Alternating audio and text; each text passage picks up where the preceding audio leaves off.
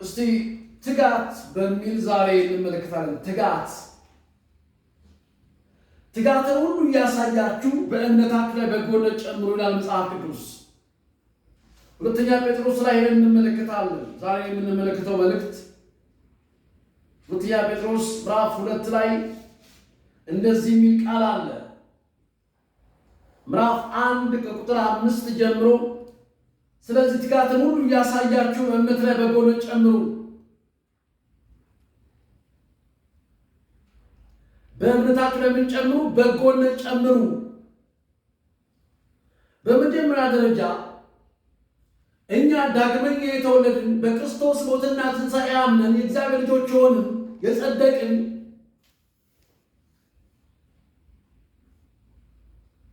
እግዚአብሔር ልጆቼ ብሎ የጠራብን የማያፍርብን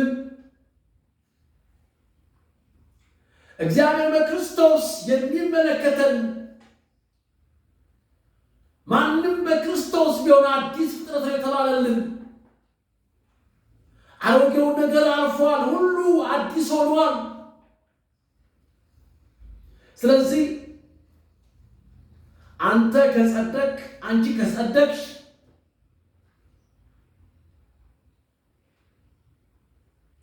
የሚጠበቅብን ነገር ምንድን ነው ስንል የሚጠበቅብን ነገር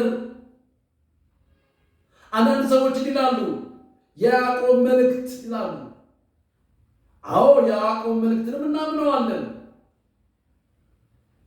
እግዚአብሔር በልጁ በኩል አጽድቆናል፣ ጽድቃችን ነው እሱ፣ አምነናል። ስለዚህ በእምነታችን ላይ በጎነት እንጨምራለን፣ እናበላለን፣ እናጠጣለን፣ እናለብሳለን፣ እንሰጣለን። ግን ለመጽደቅ ሳይሆን ስለጸደቅን ነው። ሃሌሉያ። ስለዚህ እንዲህ ይላል። ስለዚህ ምክንያት ትጋትን ሁሉ እያሳያችሁ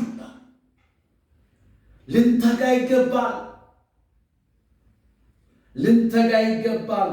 ትጋት እጅግ ወሳኝ ነገር ነው። ትጋትን ሁሉ እያሳያችሁልና ትጋትን እያሳያችሁ ትለዋቃል። ማን ነው የሚያይልን ትጋታችንን? ሰው ያያል፣ እግዚአብሔር ያያል። ሁለቱም ናቸው የሚያዩት። እሱ እኮ ተግቶ ይጸልያል፣ እሱ እኮ ተግቶ ያጠናል፣ እሱ እኮ ተግቶ ይሰራል፣ እሱ እኮ ትጉ ገበሬ ነው፣ እሱ እኮ ትጉ ተማሪ ነው። ትጉ ኢየሱስ እኮ እንደዚህ ያለ ወደ ሞት ሊሄድ ሲል ወደ ፈተና እንዳትገቡ ተግታችሁ ጸልዩ አለ። ከፈተና የሚያስመልጥ ትጋት ነው። ከፈተና የሚያወጣ ትጋት ነው። ምድረ በዳን የሚያለመልም ትጋት ነው። ምድረ በዳውና ደረቁ ምድር ደስ ይላቸዋል። ለማን? ለተጋቶች፣ ለሚተጉ ሰዎች፣ አምላካቸውን ለማግኘት ከአምላካቸው ጋር ህብረት ለማድረግ እግዚአብሔር ነው ያለው። እንግዲህ ተግታችሁ ጸልዩ ይለናል። የሚተጋ ሰው ሁሉ ጊዜ ፈተና ሊገጥመው ይችላል፣ ምንም ጥርጥር የለውም። ግን አሸናፊ እሱ ነው። አንዳንድ ጊዜ ፈተና ሲደርስብን ብቻ ወደ እግዚአብሔር የምንሮጥ ከሆንን ፈገግ ሊል ይችላል እግዚአብሔር። ፈገጌው መጣ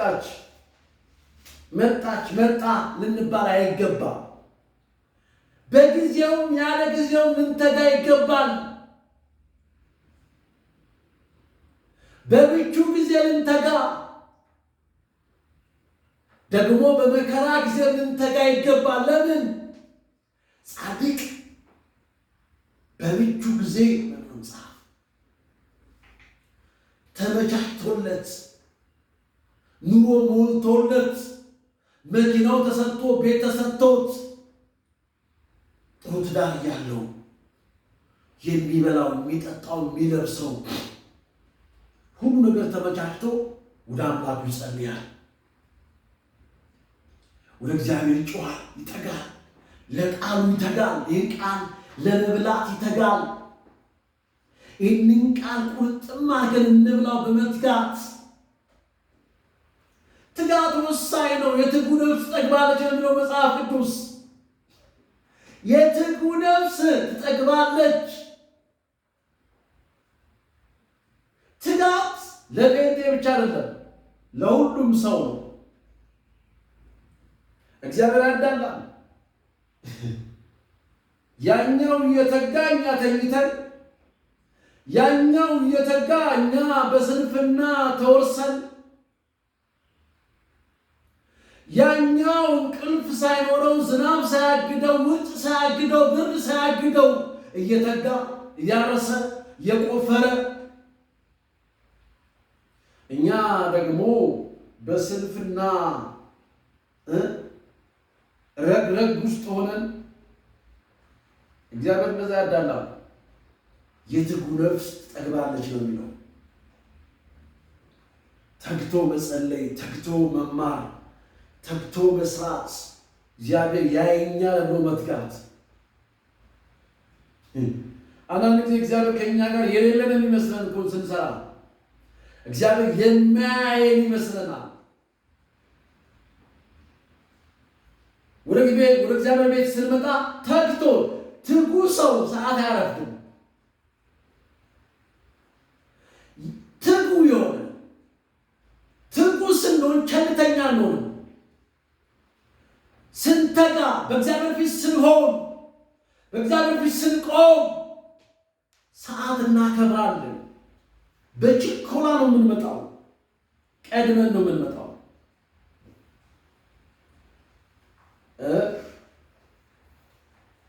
መጽሐፉ የሚለን ይህንን ነው። ስለዚህ ተግተን ልንጸልይ ይገባል። ተግታችሁ ጸልዩ ተብለናል።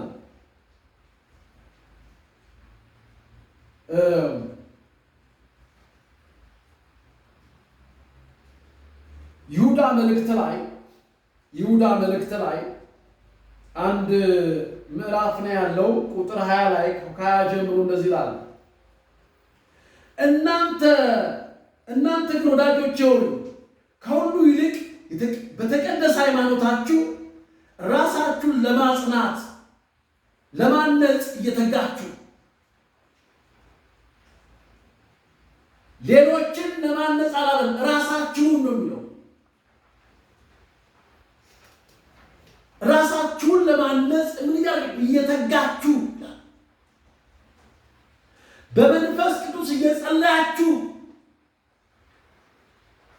ወደ ዘላለም ሕይወት የሚወስዳችሁ የጌታችን ኢየሱስ ክርስቶስ ምሕረት ስትጠባበቁ በእግዚአብሔር ፍቅር ራሳችሁን ጠብቁ ይላል።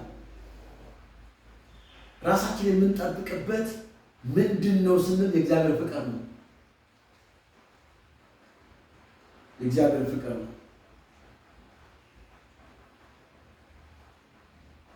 ራሳችሁን እያነጻችሁ ይልና እየተጋችሁ፣ ትጋት የሚለው ቃል የመጨረሻ ጥግ ነው። በዛኛው ስንሄድ፣ በስራ መስኩ ላይ ስንሄድ ላጠብ እስኪል ድረስ በዚህ በግንባራችን እስኪወድ ሯጭ የመጀመሪያው ላይ ሲወጥ ላብ ነው የሚወርደው በግንባሩ ላይ። ሁለተኛውስ ነጭ ላብ ይወርዳል። ቀጥሎ ጨው የሚመስል ይወርዳል። የመጨረሻው ጨው ተራራ ይወጣል፣ ቁልቁለት ይወርዳል። ሯጭ ተግቶ ካልሮጠ፣ ተግቶ ካላረሰ ትጋት እጅግ ወሳኝ ነው።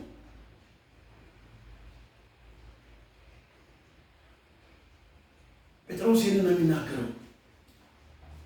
ጴጥሮስ ሲናገር እየነገረን ያለው በጣም ወሳኝ ነገር እየነገረን ያለው ይሄንን ነው። እዚህ ቦታ ላይ ሲያስቀምጥ ስለዚህ ትጋትን ሁሉ እያሳያችሁ የሚያይ ትውልድ አለ፣ የሚመለከት ትውልድ አለ። እኛ ወተን በኢትዮጵያ በሰሜን ኢትዮጵያ ያላችሁ ሁሉ ችግር ለመትከል ብንተጋ ምን ችግር አለ? ተግተን ብንጸልይ ተግተን ብንሰራ ልበለት ይላል። ትጋትን ሁሉ እያሳያችሁ በእምነታችሁ ላይ በጎን ጨምሩ ይላል። በእምነታችሁ ላይ እምነት የምትለዋን ቃል እምነት የምትለዋ ቃል አንደኛ ዮሐንስ ላይ ነው። አንደኛ ዮሐንስ ምዕራፍ 5 ቁጥር 4 ላይ ከእግዚአብሔር የተወለደ ሁሉ እምነት በእምነታችሁ ላይ ከእግዚአብሔር የተወለደ ሁሉ ዓለምን ያሸንፋልና ዓለምን የሚያሸንፈው እምነታችሁ ነው። ከዛ ማለት ኢየሱስ የእግዚአብሔር ልጅ እንደሆነ ከሚያምን በቀር ዓለምን የሚያሸንፈው ማን ነው? ስለዚህ ትጋትን ሁሉ እያሳያችሁ በእምነታችሁ ያመነው ኢየሱስ የእግዚአብሔር ልጅ ነው። እሱን ካመንክ፣ በሱ ከተደገፍክ፣ በሱ ከቆምክ፣ በሱ የምንራመድ ከሆነ እሱን የምናወራ ከሆነ ሁሉ ነገር እግረ መንገድ ነው። ትዳር እግረ መንገድ ነው። ስራ እግረ መንገድ ነው። ትምህርት እግረ መንገድ ነው። ዋናው ወንጌል ነው። ዋናው የእግዚአብሔር ልጅ ኢየሱስ ነው። ኢየሱስ ነው።